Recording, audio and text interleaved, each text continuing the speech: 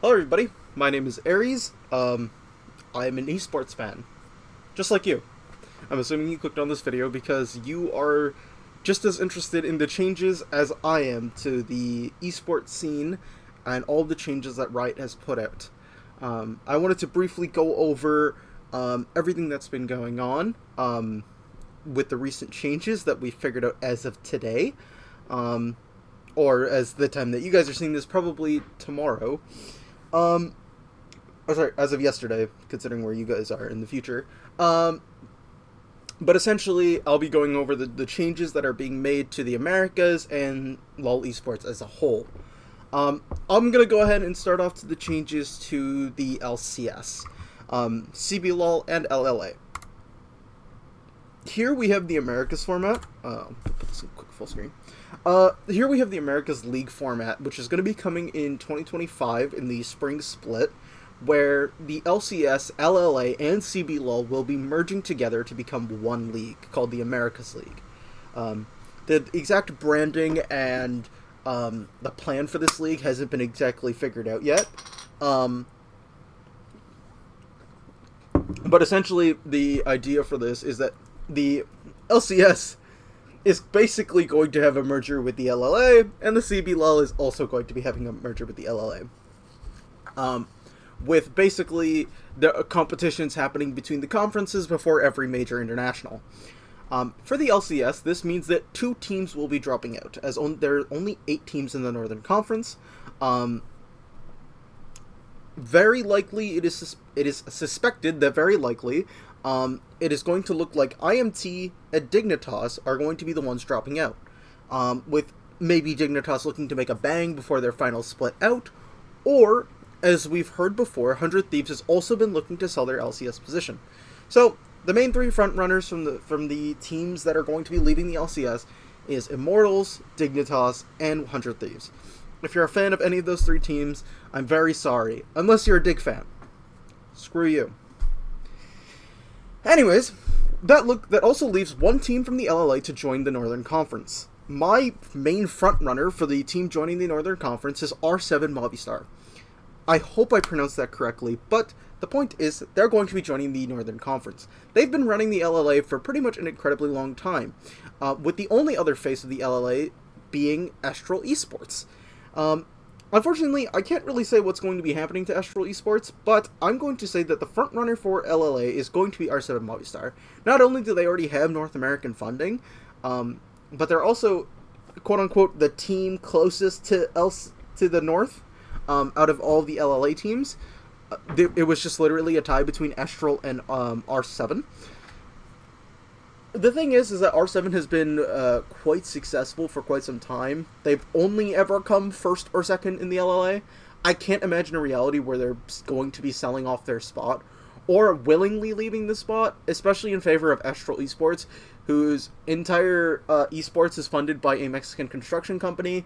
And given that the esport is kind of moving away from Mexico and into LA, it's very likely that we're going to see Movistar inside of LA instead of Astral Esports, which is unfortunate because I think that they actually had quite an amazing split, the last split, and it's going to be unfortunate because I used to be a big fan of Jose Dioto, and now he's no longer going to be in the league unless some changes happen.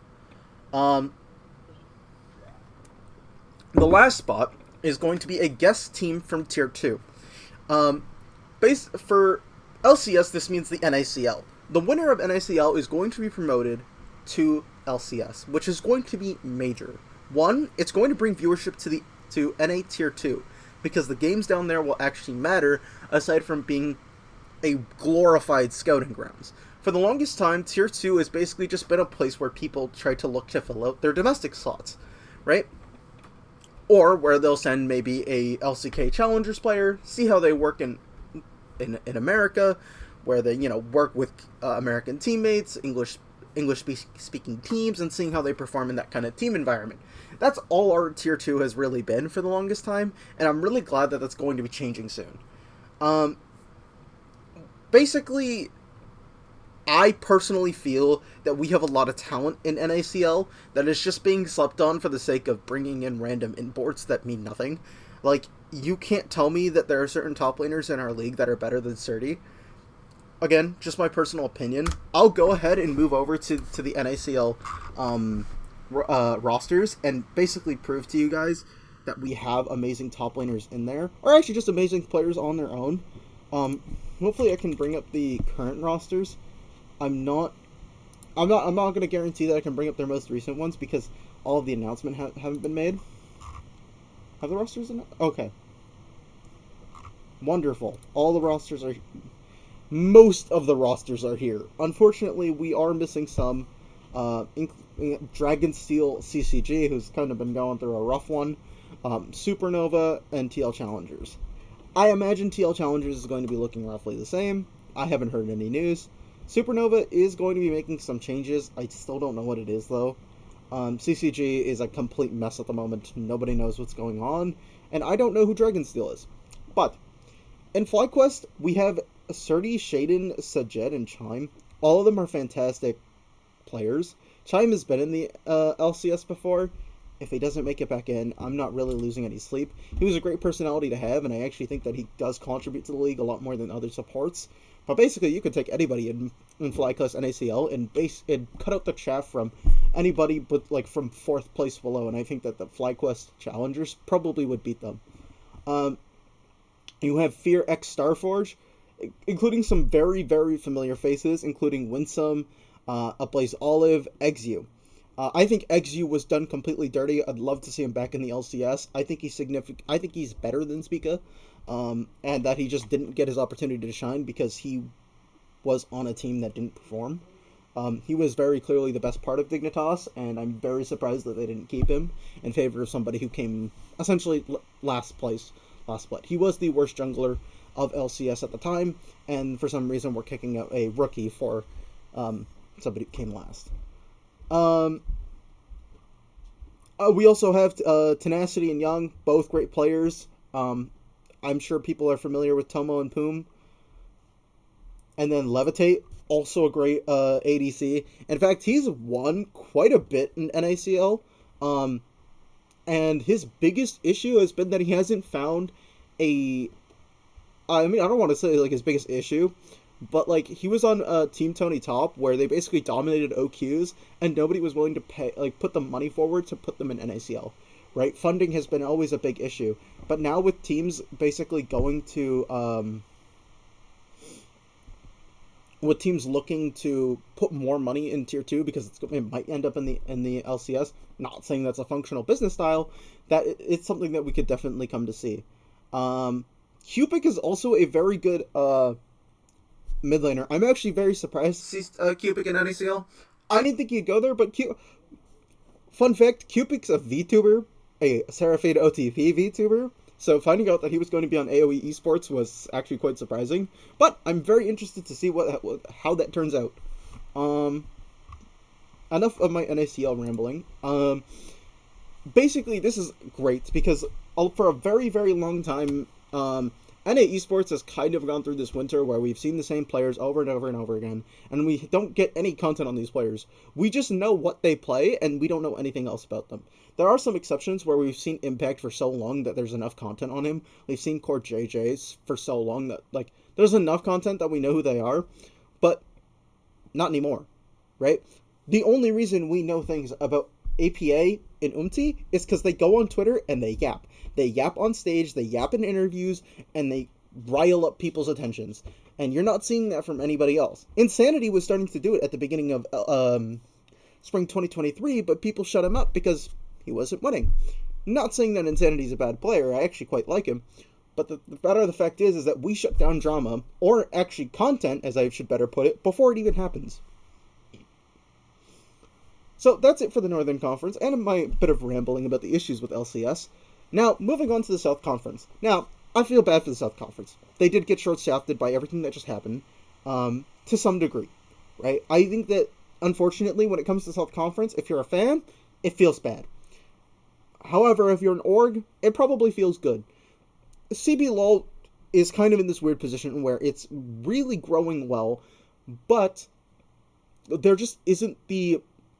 not the market in Brazil. That's an incorrect word. I'm assuming investors aren't interested in esports in Brazil, right? There, I've heard that there has been some funding issues down in Brazil, but that it's passion that's been keeping Brazil going, and I think that passion is something that we desperately need in LCS. Um, Again, I'm very much so coming at this from an LCS perspective, but I think passion is something that we've desperately needed in the LCS, and when we see that North Conference versus South Conference attitude, that's something that'll bring so much more attention to the Americas, right? Personally, I would like to see a little bit more cross-conference play, but for now, that doesn't seem to be the case. But we're going to be looking to get 6 teams from CBLOL. I have some predictions as to who it's going to be. Admittedly, I haven't watched much of CBLOL, so I can't give you specifics. I believe I've seen some talk on Twitter as to who the possible teams will be. Sorry, I'm just going to skip over this 2019 season. Right. So I've seen some talk that that Liberty might be a team that's going to be staying. Pain, Loud, Vivo Keyed Stars, because they're a fairly new team. Those ones are probably going to be looking to be the ones that stay. I would say that probably the only thing I noticed in particular is that people were saying Kabumi might leave. But Kabumi and Ints, and Furia. I think Furia is kind of one of the ones that are up in the air because the org isn't financially struggling, but they aren't really doing well in the League of Legends scene. As you can see there's a 22% win rate. So struggling teams obviously don't perform as well, but if you have the money, you end up staying. That's just a matter of fact. We saw TSM leave, we saw Golden Guardians leave, we saw EG leave before we ever saw Immortals leave, so it's not a confirmed thing. We don't know who in CBLOL is leaving, but the matter of fact is that they're losing 4 teams, and CBLOL actually has the sport environment where people aren't there for the players, they're actually there for the teams, which is quite interesting. So that's just kind of my take on it as to what teams will be staying, what teams will be leaving. But again, I'm not an expert on CBLOL. If anybody in the comments wants to correct me as to who they think will be leaving, or even if you have just an opinion as a fan on who might be leaving, I'd love to hear it. And then also, there's going to be a team from the LLA leaving, coming over as well. I really only have 2 possible picks. And it's probably going to be Asaurus or Leviathan. The thing is that, it's going to be... it's going to be Asaurus, Leviathan, or All Knights. It's really not, a confirmed thing. But the thing is that, it's going to be a team that comes in from, what's it called? I can't speak for the life of me. It's going to be a team that comes from Argentina, very likely, because of its proximity to Brazil. Because they did say it was going to be a team that comes in. And off the top of my head, I just want to make sure that I'm getting this right. Because I know Estral and Movistar are Mexican. Yeah, okay, Asaurus was Argentinian. I think Leviathan was Argentinian as well. Yeah. Yeah. And then was All Knights? All Knights was Chile. Okay, yeah. So, it's very likely to be Asaurus or Leviathan, just because of its proximity to Brazil. Because they said that they were going to be picking a LLA team that had good proximity to Brazil. That, again, it's just a prediction. I can't really say I know too much about LLA, aside from Estral and Movistar. I just kind of pay attention to who shows up, and then I'll read about their org history and stuff. And then a guest team from Tier 2 from CBLOL. I can't speak on CBLOL's Tier 2. Admittedly, I watch LPL, I watch LEC, I watch LCS, I watch NACL. I do my best to pay attention to minor regions, but I can't pay attention to a Tier 2 minor region. I'm sorry. If any Brazilians watch this, or even South Americans watch this, and they say, hey, listen, you gotta watch, Tier 2 Brazil, they've got some crazy stuff going on down there, let me know. If you guys got crazy drafts going on over there, or you got a player that I should be keeping my eye on, please let me know, because I would love to see it. But now basically breaking down into what's going to be going on, Split 1 is going to essentially have some competition between the conferences. This is the only time that we're going to see competition between the conferences throughout the whole year. But basically, we're going to also see the top team from each conference play against each other for the one spot from the Americas that will be going to the international event. Now, it's pretty much it's pretty much predicted that the LCS team is always going to be the one that's going to go. I really hope that that's proven wrong. Main reason being is that I really like Loud. I think that Loud has a very decent shot of getting into an international event. I don't think they have a bad roster. I think they beat out most Western teams. Like, I think that off the top of my head, I know that we are cutting 2 teams from the LCS, but I'm pretty sure bottom 4 loses to Loud. For sure. Like, that's a for sure thing. You can make an argument that Loud beats 100 Thieves. I think that's a fair argument. But I think that our top 3 pretty much will always beat Loud. But again, it really depends on the scenario. Now, in Split 2, we're going to be seeing the top team from each conference go to MSI. So that means the top team from the Northern Conference and the top team from the South Conference. Unfortunately, this is kind of a reality where LCS gets the shaft instead of CBLOL, and LLA will constantly be getting the shaft. We basically lose a slot in MSI, which sucks because most of the time it is always our second seed that performs the best at these international events because people underestimate them. But also, that means that CBLOL won't have to lose in plans anymore. We will be able to see Loud versus, an Eastern team, potentially. It really depends on how the split works out, but it's something that's very real and very possible.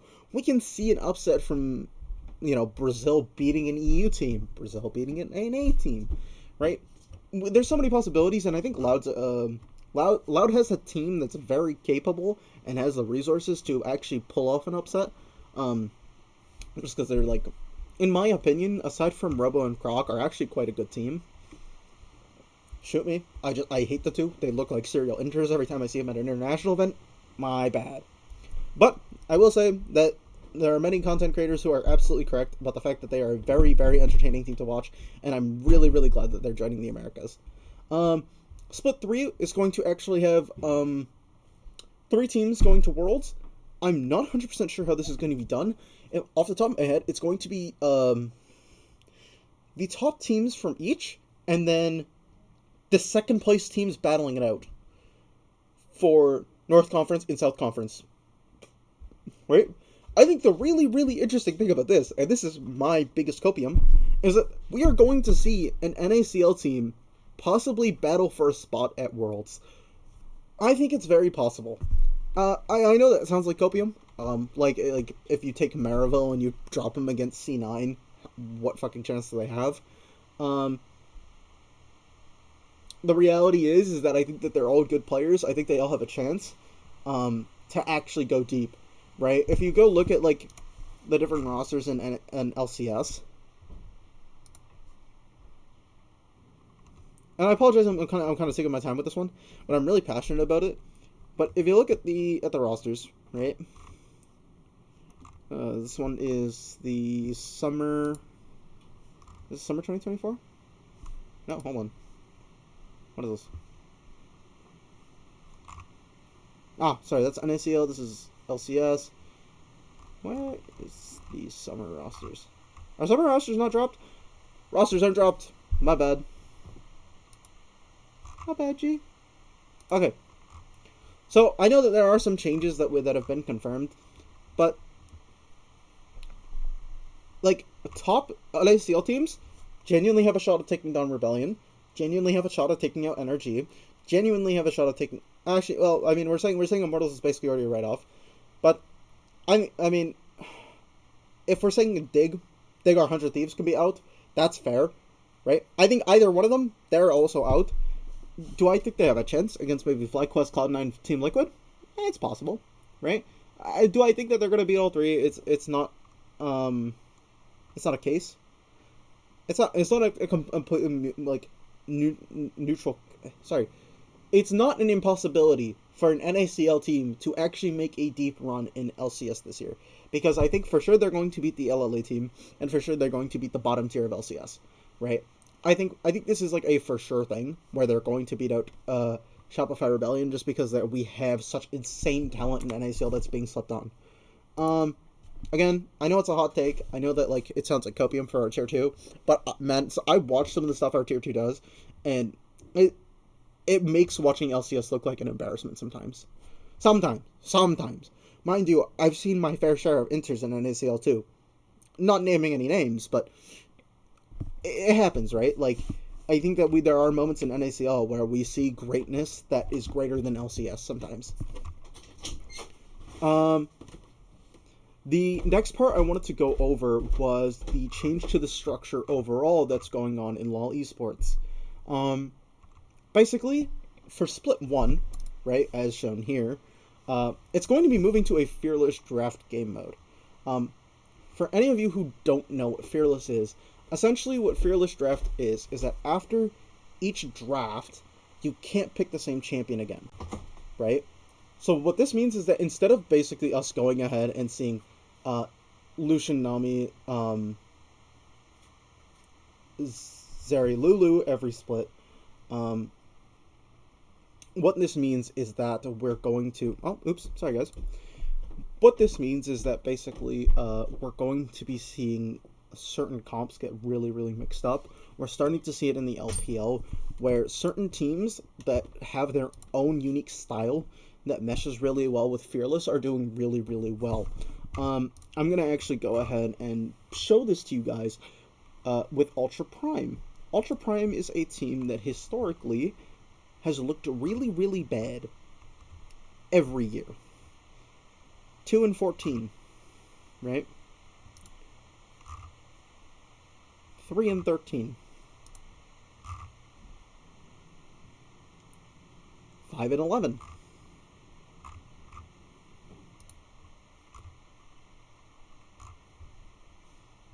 And I think they weren't even in the league at this time. Yeah. So they've always been a bottom tier team. I think their personalities are actually quite likable. It's just me. But I'd like to point out the fact that they have already made their 2 wins the split. Right? The only people they've lost to is, off the top of my head, it's NIP and AL. AL made fantastic moves that basically put them as a top 5 team, and NIP was 4th place last split. I know that you guys see 5th here. This is for regular season. NIP did end up beating FPX. So you have 2 actually really good teams in the Ultra Prime's bracket, and Ultra Prime is performing quite well against anybody who's not like a blatantly better team. You know, they've beaten Weibo, with majority of Weibo's roster being the same as the one that went to finals at Worlds. Obviously, Weibo does look a bit off. Not going to discount that, but Fearless has provided some of these teams the opportunity to show personal picks.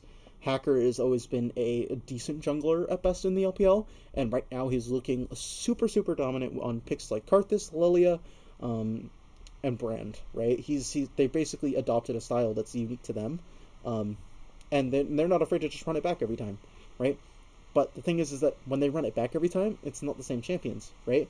Yuka, I think it's Yukai? Yukai is pulling out Corki, Yone, Tristana, right? AD mid laners, but he's changing it literally every single draft, right? And what happens if those are banned? He's pulling out Ziggs, he's pulling out Asol, he's pulling out champions that we've never seen him play because it works for his team and it works. Introducing Fossil's beautifully crafted accessories. And it works in the Fearless setting, right? That's basically the way that I see this whole situation, where it's providing teams that previously didn't have a chance to actually be a lot more interesting, and we're also seeing much more interesting drafts as a result. I'm saying Ultra Prime as an example because they actually have a very repetitive style, whereas all these other teams are picking up different styles, right? One time you have to play poke, one time you have to play engage, one time you have to play peel. You're actually forced to change up your style. Right? If you want to play meta, you have to change your style, because you're going to pick the meta engage, you're going to pick the meta peel, you're going to pick the meta poke, and those are that's 15 champions right there, where we're normally used to seeing 10 banned out champions and 10 picked champions, with some swaps between the two. Right, we've expanded from essentially a pool of 10, like maybe 20 champions that we see in pro play to approximately 40. That's massive, right? In my opinion, it's a fantastic change. It made NACL look so much more fun. Last split, I've played in some Fearless games before. It feels great, personally speaking. As a player, not that I'm, a pro player and I have that kind of experience where it's on stage and there's not that much pressure, but and that you have to spend that much time like learning. But for me, it's like it's always been Viego pick or ban, and after I pick Viego, it's not like I have to pick Viego. They left my one trick open. Like, no, I played it the first game, we won, cool, and then we move forward. There's going to be a unified split schedule for all leagues, which means that I'm not 100% sure how this will play out. Especially because, like, I like watching all the games, and I think the fact that it's a little bit separate makes it a little bit more watchable, right? So, like, for example, Casual spent a little bit of time watching LPL at the beginning of the split, because LPL started earlier. I don't know how this will play out, especially with, like, English co-streams, because English co-streams tend to prefer LCK. If not, I guess I will dominate. You got a new fan, because I love the LPL, and if Casual's not going to do it, I know you will. But yeah, so basically, the Fearless Draft is going to be exclusively in Split 1. I think they're going to gauge, I think this is going to be like basically a test where they're going to gauge how people feel about Fearless, because I think this is just a superior draft format to the standard one. Again, just my opinion. But what they're going to do is it's going to be Fearless Draft for Split 1 into a event with only 5 teams, and in that 5-team event, it's going to be Fearless. As far as we know, for this international event, it's not going to affect MSI, it's not going to affect Worlds, but there is going to be a cash prizing. This is good.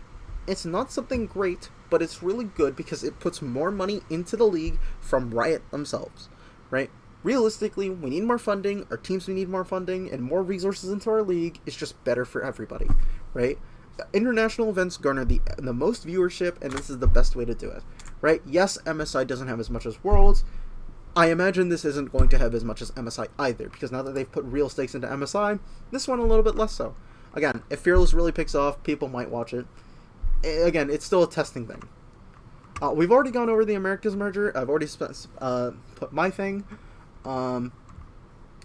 Asia Pacific is basically going to merge Vietnam, Hong Kong, Taiwan, Macau, Japan, Oceania, and Southeast Asia.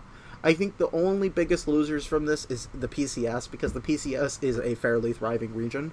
I think the VCS kind of just got nuked, so this is actually a saving grace for them, because, like, literally it's just going to be GAM that moves over.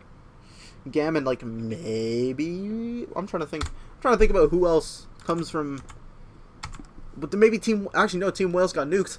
Yeah, so many teams got nuked in the VCS that like, I bet you it's just going to be the 2 surviving teams that move over. GAM is going to guaranteed be one of them because they have been so dominant in the VCS for so long. And we're very likely going to see DFM from Japan. I wouldn't be surprised if we see CFO, and CFO being a big one. I don't know if Saigon Buffalo's still chilling around. That one's a good one, and obviously we're going to see PSG in this Asia Pacific region. However, I will say this: we are officially recognizing Asia Pacific as a major region. The PCS is officially a major region with sprinkles of the LJL and VCS, right? Because I think the VCS, LJL, OSH, and those regions have always been minor regions, whereas the PCS has actually been a genuine competitor against major regions like LCS and LEC. So this is a really nice change in my opinion.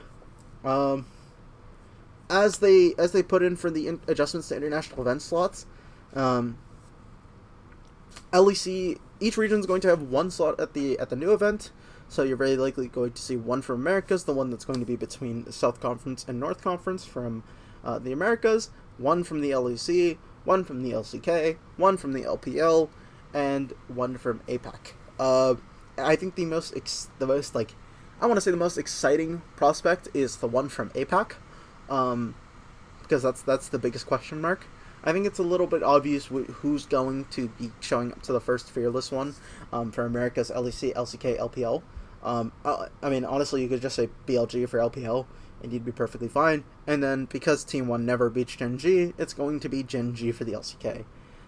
These two teams are looking mega dominant. However, hands up in the air, these are subject to change, because rosters can change.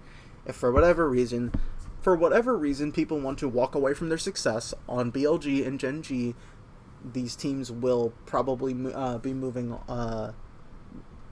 down if one of their players leave. Right, there's going to be 2 slots at MSI, right, which is really bad for the Americas, because we've moved down from basically 2 slots for NA and 1 slot for CBLOL to just 2 slots. LEC keeps their 2 slots. LCK keeps their 2 slots. LPL keeps their 2 slots. But APAC gets an extra slot, which I guess people have been asking for a long time, where it's like, it doesn't feel like APAC's a minor region. Or PCS specifically is a minor region, where it's like Team Wales probably performs just as well as FlyQuest did. Or not Team Wales. God, CFO. Or there's another team that actually had a pretty deep run, the split, that I can't remember for the life of me from the PCS, that definitely deserved a spot in MSI. And 3 slots at Worlds, right? Again, LCS is taking the L here, but we are the team struggling, and Brazil kind of gets the ability to actually participate in international events now, which is not that bad. But they also keeping their rules for MSI, where the champion and the second best performing region get extra slots. These are like partially good, partially bad. I would say my biggest question in the air is, very specifically, do Brazilians and North Americans count as domestic for the sake of the import rule? Or, being on the or, are we removing 1 import slot so that you have to have a Brazilian or somebody from the South Conference and your Northern Conference team, and vice versa, right? Because right now we're in this position where it's like, if it's just like we're going to keep the rosters the same, then what's the point, right? That's kind of the way that I see it. Because if you're going to have this league where it's like North Conference, South Conference, you kind of have to need Brazilians in your North Conference and North Americans in your South Conference for North Americans to want to pay attention to South Conference, and people from South Conference to want to pay attention to North Conference, because their favorite player from South Conference might come to North, and their favorite players from North Conference might go to South, right? I think that it also opens the possibility for Brazilians to experience LCS and North Americans to make their way out of NACL into South Conference. I think it'd be a really great change, but that's just me. I'd say my only other concern is how the teams are going to be compensated for being basically kicked out of the Americas. I know a lot of Brazilians are really upset right now, considering 4 of their CBLOL teams are being taken away. Brazil is actually, from what I've heard, Brazil as a region has been really happy with each of their teams. Even if their team isn't performing well, they have fans, whereas in LCS, we're mostly paying attention to our winning teams. We're more of a results-based league, whereas CBLOL is very team-based. It's the same way that people still support the New York Jets here in North America. Why? I couldn't tell you, but people do. CBLOL fans are going to be really upset, right? Because there are no CBLOL teams that are openly content about leaving CBLOL. So it's kind of a big shrug in the air on who's leaving. Obviously, you can always make your own predictions, but if anything, it's probably going to be the teams that are the worst performing out of the entire league. And and instead of where in LCS we're very likely going to have people jumping ship as soon as possible in comparison to CBLOL. There honestly there could have been a reality where we have a 10-team split, which I'm actually very happy to kind of just quickly go over. Can I...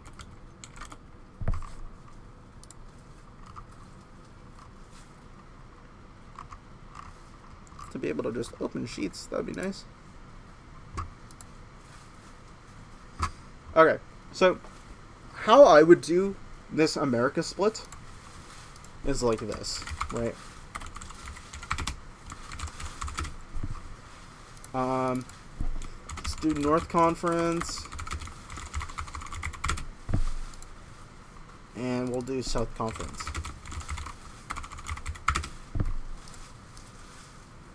Two, 3, 4, 5, 6, 7, 8, 9.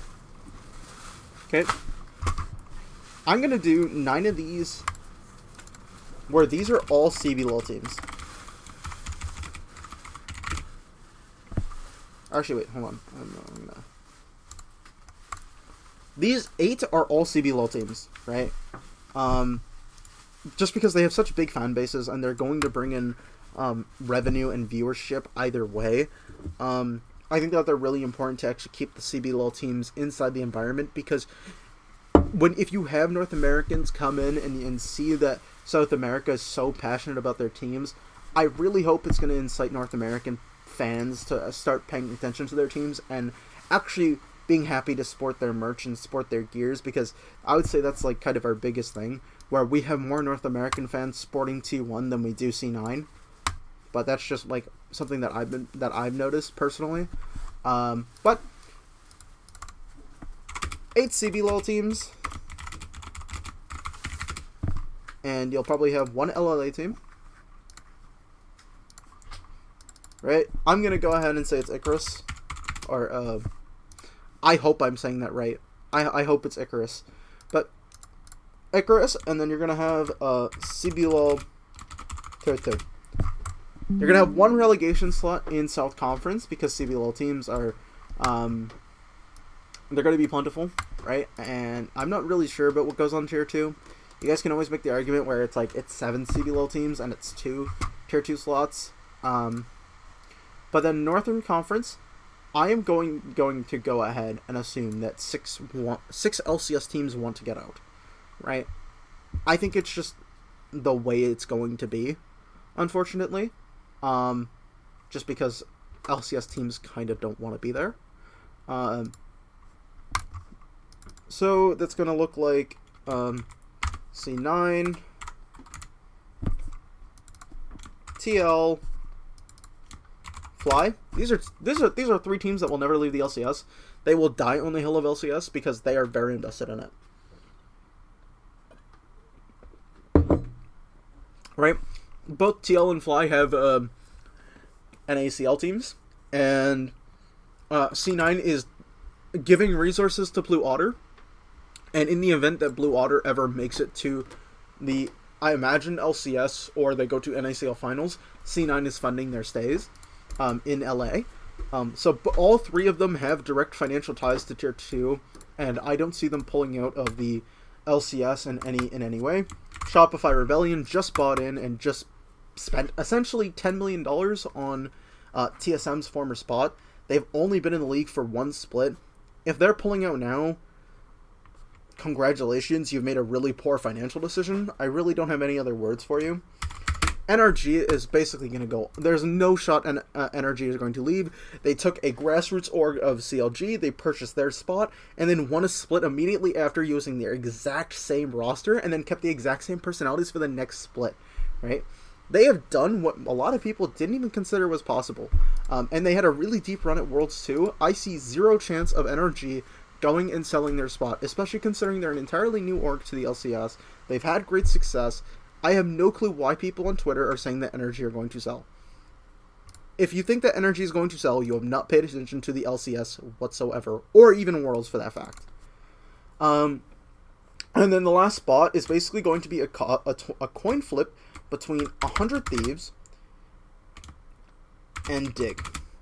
And the reason why is because, one, Dig sucks, Dig deserves failure, and nothing good should ever happen to Dig fans, or the organization in general. They kind of are just really bad with contracts and treat players really poorly.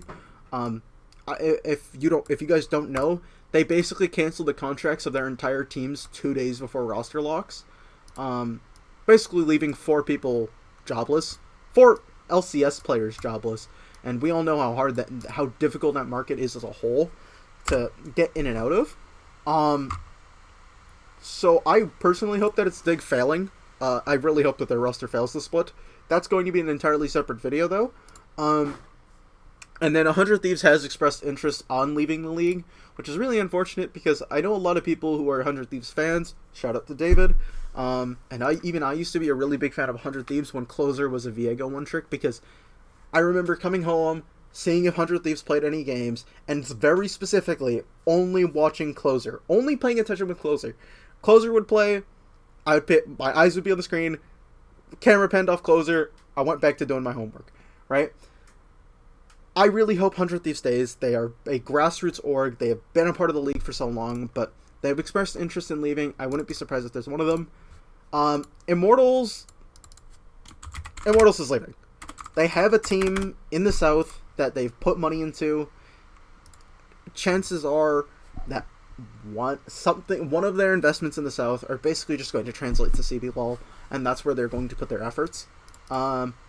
It sucks if you're an NACL team that worked with Immortals, but I heard that that's not really a great partnership anyways. And then I would probably give 2 LLA slots, right? Mexico is far closer to LA than Toronto or the rest of North America is, funny enough. So having more Mexican representatives in the LCS actually makes sense. And obviously, you're going to just take the 2 Mexican teams, R7, Movistar, and Astral. Both of them are fantastic teams. Both of them have names that we already know, such as Summit and Jose Dioto. And these are going to be faces that are not only familiar to us, but we've seen them at Worlds, we've seen them at MSI. These are teams that honestly have a fighting chance in LCS. Whereas, you take just one, and that might not be the case.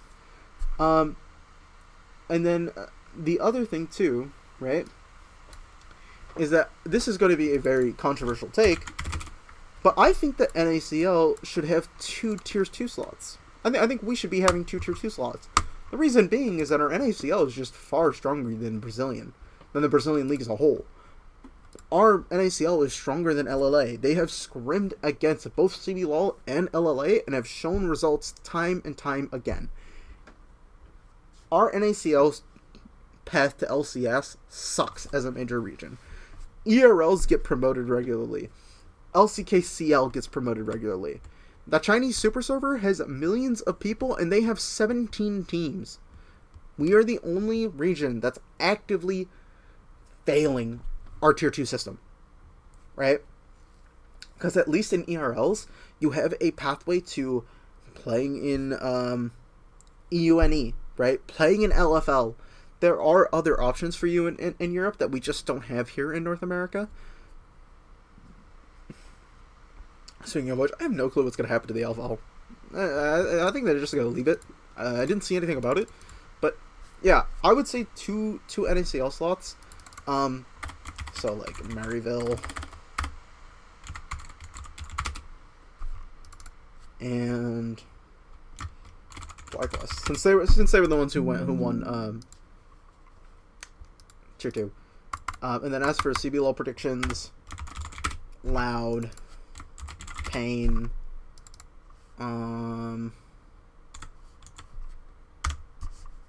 Loud, Pain, who else?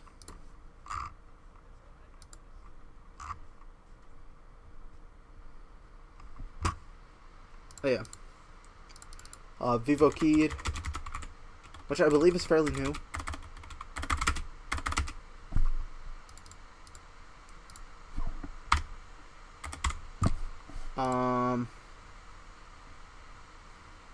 I think it's like a Liberty.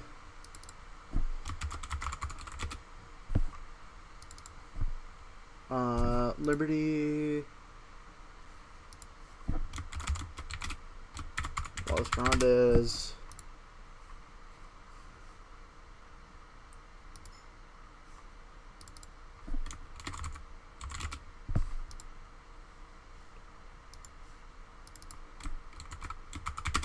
Furia, red.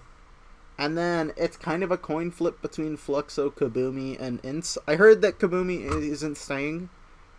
I don't know if that's the case, but if we were going to have 8 CBLOL teams, it's probably going to be Kabumi, right?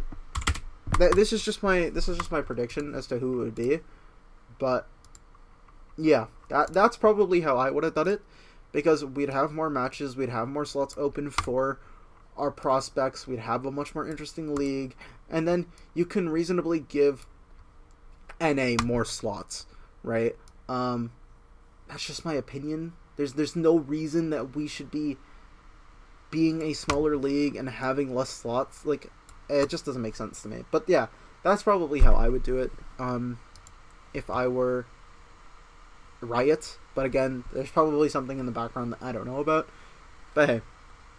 So yeah, that was my take on everything. It was very, very exciting to kind of go through this. Apologize if I don't look great. But this is very exciting to do. I look forward to making more videos. I hopefully will have a video on why you shouldn't support Dignitas coming soon. But it's great having you here. Thank you for coming to the end of the video. Please consider liking and subscribing. Have a nice day.